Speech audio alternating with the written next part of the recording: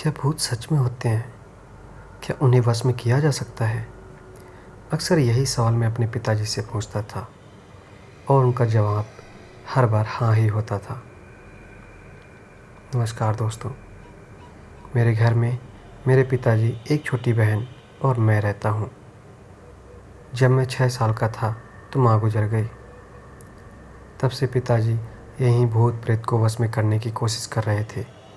मुझे ये सब पसंद नहीं था तो मैं दूर ही रहता था। शायद यही वजह थी जिस कारण अपने पिताजी से दूर होने लगा था। जितना दूर पिता से था उतना ही करीब अपनी बहन के साथ। हम दोनों के बीच की कड़ी वही थी। मेरी बात पिता तक और पिताजी की डांट मुझ तक पहुंचाती थी। वक्त गुजरने लगा और पिताजी अपने भूत प्रेत के काम में मगन थे। उन्हें वश में करना किसी काम को निपटाकर हर तरह का उन्हें आ गया था और इस सब की वजह से उनका रूप भी अलग लगने लगा था। मेरी बहन भी उनका साथ देने लगी थी और उनके काम में हाथ बटाने लगी थी। कुछ साल तक यही चला। फिर जब बर्दाश्त के बाहर हुआ तो 20 साल की उम्र में मैंने घर छोड़ दिया। वहाँ से जाने के लिए मेरे पास कोई जगह नहीं थी। भूख और प्यास भी लगी थी और बस मैं चलता जा रहा था। जब थकने लगा तो पास ही एक मंदिर की सीढ़ियों पर जाकर बैठ गया। अंदर से पंडित जी आए और बोले, ऐसे क्यों बैठे हो बेटा? उनकी तरफ देखा और कहा, थक गया हूँ, थोड़ी देर में चला जाऊँगा। बेटा, ये सबका घर है, तुम जितनी देर चाहो उतनी देर बैठ सकते हो। अगर अंदर बैठना है तो चले आओ, बाहर धूप है और प्यासे भी होगे। अंदर आकर पानी पी लो, थोड़ा आगे भंडार भी चख लो। कल एक सेठ ने पूजा की थी तो प्रसाद के रूप में भंडारा किया था। मैं थोड़ी देर में आ जाऊंगा, जब तक अंदर ही रहना। ना कहते हुए भी मैं ना नहीं कर सका और उनकी बातें सुनते हुए बस गर्दन हिलाता रहा और वही किया जो उन्होंने कहा। बिना कोई शब्द कहे अंदर चला गया। थोड़ी आगे ही गया था तो दूसरे पंडित जी ने पानी का गिलास हाथ में थमा दिया और आगे एक और पंडित जी ने थाली। मैं वहीं थोड़ी दूर बैठ गया और खाने लगा। खाना खाकर बैठा ही था कि कब आंख लग गई पता नहीं चला। शाम हुई और पंडित जी ने आकर मुझे उठाया। फिर बोले, यहाँ सोए हो बेटा? अंदर कमरे में सो जाते। मैंने कहा, माफ़ करना, मुझे पता नहीं चला मैं कब सो गया, मैं चलता हूँ। और वहाँ से जाने लगा तो पंडित जी ने मुझे रोका और साथ चलने को कहा। मैं उनके साथ जाने लगा तो मुझे मंदिर के कोक भवन में ले गए। वहाँ भोलेनाथ जी की मूर्ति के पास बैठ के पूजा करने लगे। तो उन्होंने कहा कि मेरे लिए एक काम करोगे? वहाँ पूजा का सामान रखा है, वहाँ से उठा लाओ। मैंने उन्हें सामान दे दिया और उन्होंने उसे लेकर शिवलिंग के पास रख दिया। मैं वहाँ से जाने लगा तो उन्होंने कहा, जा रहे हो बेटा? मैंने कहा, हाँ, मैं जा रहा हूँ, मुझे सब नहीं आता, रुक कर क्या भी करूँगा। बेटा, मैं तुम्हें रोकूँगा नहीं, पर तुम एक बार रुक कर देख तो लो। इसके बाद मैं तुम्हें रोकूँगा नहीं, तुम्हें जहाँ जाना है चले जाना। पर तुम्हारे पास घर तो है ही नहीं, तुम जाओगे कहाँ? आपको कैसे पता ये सब? जानना चाहोगे तो तुम्हें यहाँ बैठना पड़ेगा और सब सीखना पड़ेगा। क्या तुम तैयार हो? मैंने कहा, हाँ, मैं तैयार हूँ। ये कहकर मैं बैठ गया और तब से मेरी शिक्षा शुरू हो गई। वहाँ मैंने हर चीज़ सीखी, भूत प्रेत के बारे में, देवताओं के बारे में, सच क्या है, झूठ क्या है, माया, छल। जो सीख सकता था मैंने सीखा। वक्त कब रेत की तरह हाथों से निकला पता ही नहीं चला। न घर की याद आई न पिता की, बस एक बहन ही थी जो जीने की वजह थी, पर उसका भी अब पता नहीं कहाँ होगी। शिक्षा पूरी हुई तो पंडित जी से विदा लेकर मैं अपने रास्ते पर चल पड़ा, जो मुझे ही लिखना था। पर पंडित जी ने जाते जाते कहा, जो शक्तियाँ तुम्हें मिली हैं कभी गलत काम के लिए इस्तेमाल न करना। अपने फ़ायदे के लिए तो कभी इस्तेमाल न करना।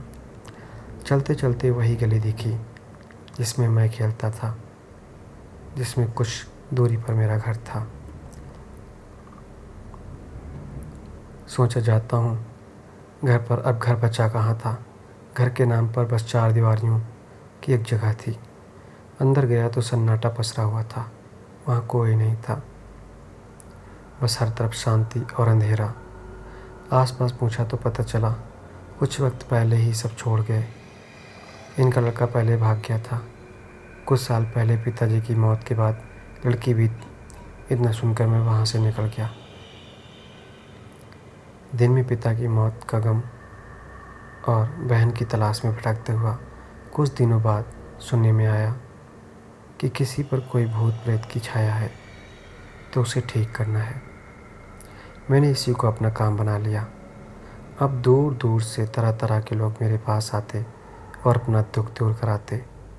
कुछ साल तक इसी से निकल गए और ये सब करते हुए कितने ही भूत प्रेत से लड़ते हुए अपनी शक्तियों से लोगों को दिख दूर कर कई शहरों में अब वापस लौट आया।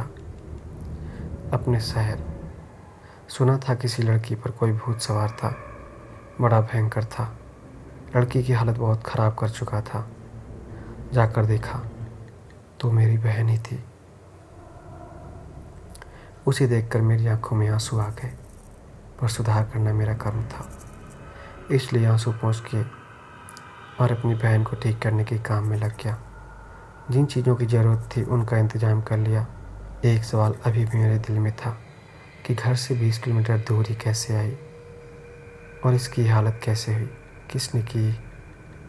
इन्हीं सवालों की अधेड़ में लगा। पूरा इंतज़ाम कर लिया। अब सिर्फ महादेव की भस्म और त्रिशूल की ज़रूरत थी, जो मैं मंदिर से लेने चला गया। वहाँ जाकर देखा तो वही पंडित जी थे। उन्हें नमन किया और त्रिशूल और भस्म की मांग की।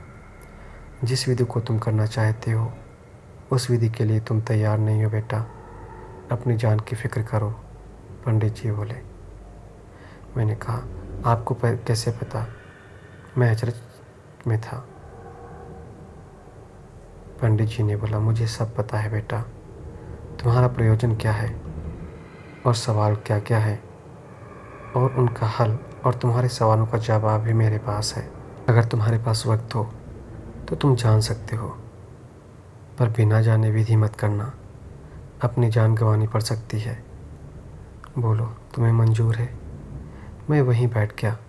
एक तरफ मेरी बहन थी और एक तरफ मैं। क्या करूं, कुछ समझ नहीं आ रहा था। देखो बेटा, अपनी बहन को उस आत्मा से बचाने के लिए तुम्हें पूरा ज्ञान प्राप्त करना पड़ेगा। तुम उसे बचा पाओगे, तुम्हें पूरी तैयारी रखनी होगी। अधूरी जानकारी से तुम्हें तो खतरा होगा ही, साथ में तुम्हारी बहन को भी होगा। मैंने कहा, ठीक है बाबा, मैं यही करूँगा। आप बताएं मुझे क्या करना है और वो कौन है जिसका बस मेरी बहन पर है, और ये सब कैसे हुआ, कब हुआ, क्यों हुआ, मुझे बताइए बाबा। जाओ बेटा, शिव जी की पूजा का सामान ले आओ और अपना त्रिशूल मुझे दे दो, मैं बाकी तैयारी करता हूँ। सामान लेकर मैं मंदिर पहुँचा तो पंडित जी पूरी तैयारी कर चुके थे। आसन जमे थे, शिवलिंग के पास त्रिशूल रखा था और वही पंडित जी बैठे थे। पंडित जी बोले, आओ बेटा, बैठो यहाँ, समय कम है, व्यर्थ ना करें तो बेहतर है। जी बाबा कहकर मैं वहीं पर बैठ गया और जैसे वो बता रहे थे मैं वैसा ही करता जा रहा था। फिर उन्होंने उस राज पर से पर्दा हटाया जिस पर मैं चाहते हुए भी विश्वास न कर सका। कोई और नहीं, तुम्हारी बहन पर तुम्हारे पिताजी का ही साया है। वो कैसे? मैंने अचरज से पूछा। दरअसल ये तब की बात है जब तुम यहाँ आए थे। तुम जानते हो, तुम्हारे पिताजी भूत प्रेत की पूजा करते थे।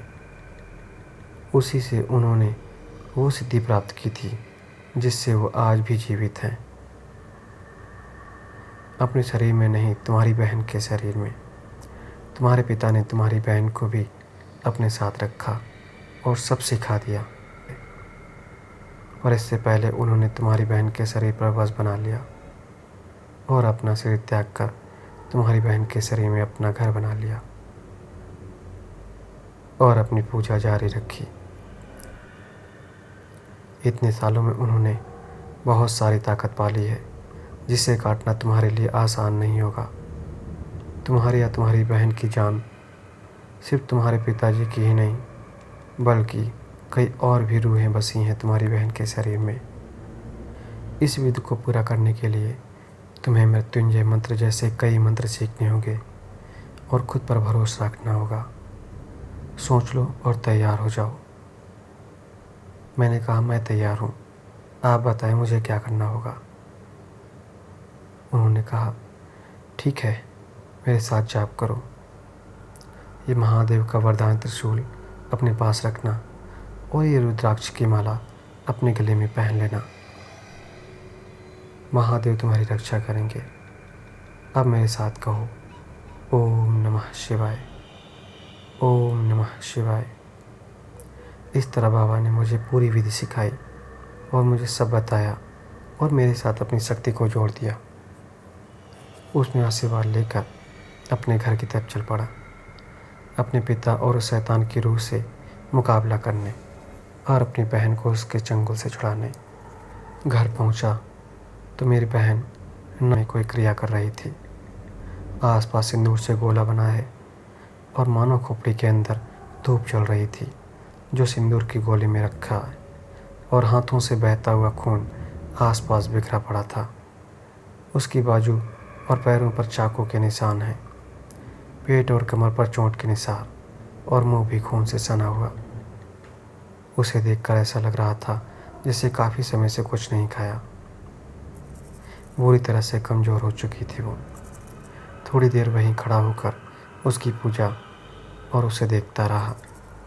फिर पूजा खत्म होते होते वो बेहोश हो गई और उसका शरीर पहले जैसा होने लगा।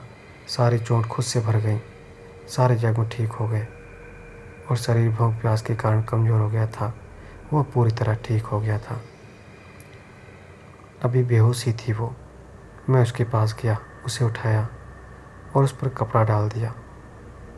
चारों तरफ सन्नाटा सा छा गया। घर पूरी तरह से खंडहर बन चुका था, सिर्फ एक कमरा रहने लायक था। उसे वहाँ सुला दिया और आंखों में आंसू लिए उसे बचाने के काम में लग गया। थोड़ी देर में सारी तैयारी करने के बाद उसे कमरे में लेने गया तो वहाँ थी ही नहीं। मैं उसे ढूंढने लगा, उसे देखकर हैरान रह गया। वो उसी हालत में दीवार पर चिपकी हुई थी। हाथों के नाखून लंबे थे और बिखरे हुए बाल, लाल आँखें और मुंह से टपकता खून। खुद को सांत्वना देते हुए मैंने हनुमान चालीसा जापते हुए उस पर गंगा जल छिड़कने लगा।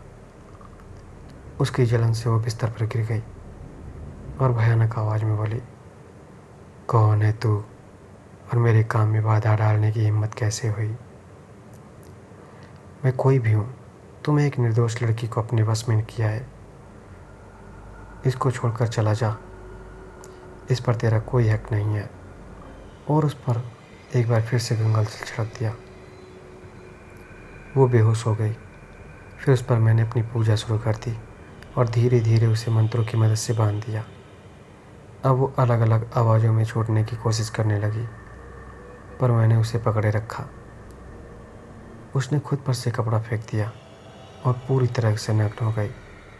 आसपास रखे त्रिशूल की तार गंगा जल की मदद से वो उस चक्र से बाहर नहीं आ सकी। मेरे मंत्रों की मदद से एक एक करके उसमें से आत्माएं बाहर आने लगी। वो हवस में समाती जा रही थी और भस्म होती जा रही थी। जैसे जैसे आत्माएं भस्म हो रही थीं, आसपास का वातावरण डरावना होता जा रहा था। 1 घंटे के अंदर सारी आत्माएं भस्म हो गईं, पर आगे जो होना था उसकी मैंने कल्पना भी नहीं की थी। मेरा हवन अपने आप समाप्ति पर था। तभी मुझे एक गहरी आवाज़ आई,